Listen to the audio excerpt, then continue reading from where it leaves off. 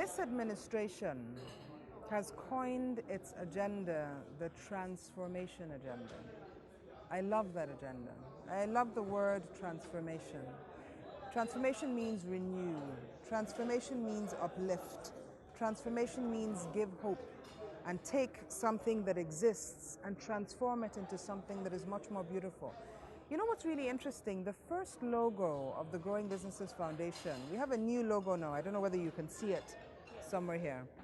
The logo of GBF right now has people helping each other, pulling each other up, you know, a stepping stone. The initial logo of the foundation, which I'm sitting on here, has a butterfly. Why did we choose a butterfly?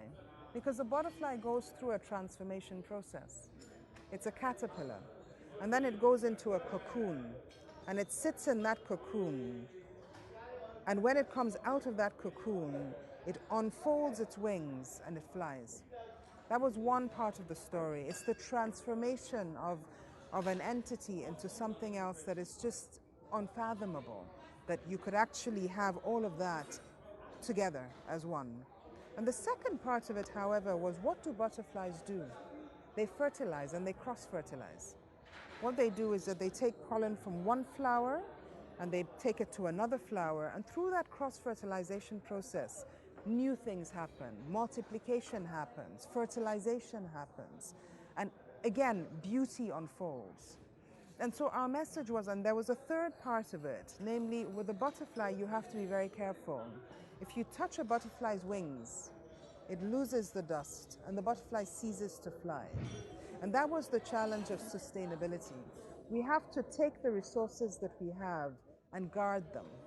Because if we manhandle them, if we mistreat them, if we don't respect and regard them, they will crumble in our very hands. It's so beautiful to watch a woman gain confidence because she was given a little bit of a resource and entrusted with something so little, out of which she makes so much. It's so beautiful to watch small businesses, young entrepreneurs, young men who otherwise might be unemployed, realize that they can do more with their time and with their resources. And these awards are really just to recognize, acknowledge, and reward and honor people who otherwise would go unnoticed in our society.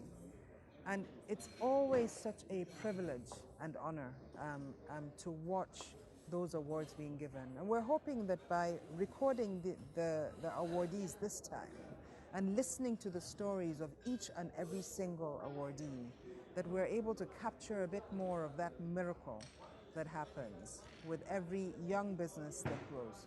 Your Excellency, you are very well known for empowering the small and medium-scale enterprises, and you have honored this award even though you're not an awardee, which shows great solidarity, and you've always spoken out for small and medium-scale businesses and rural women. We would like to know what you're going to be doing in order to ensure that you win next year's award and compete favorably with Kano. Well, it's only an inspiration, as I said. Well, my elder brother won the award this year, but we're going to give him a run for his money next year, so that when we come here next year, we would have a lot to showcase. I think this is the pathway to poverty alleviation. There's no question about it.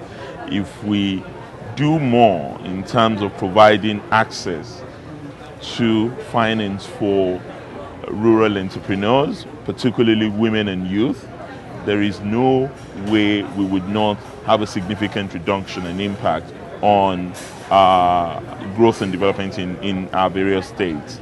And what we're doing now is focusing more on women because we see them as more transformational in our attempt to make poverty history in Ekiti State. So it's fundamental to expand the network of microfinance institutions in the manner that Kano State has done, and to also match grants that we have received. We're working with the Bank of Agriculture, we're working with the Bank of Industry to do similar initiatives to ensure that women and the rural poor gain access at a much lower level, but in a manner that they can also afford to repay consistently what they've forward. May I ask in that context one quick question?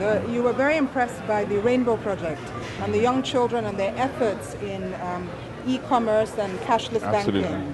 How do you think that revolution in banking and the empowerment of youth and ICT, how are you moving that forward in your state? Oh, very much so. We're pioneers in that area in our state. I'm sure you've heard of our Laptop per Child initiative for all our secondary school pupils in Ekiti.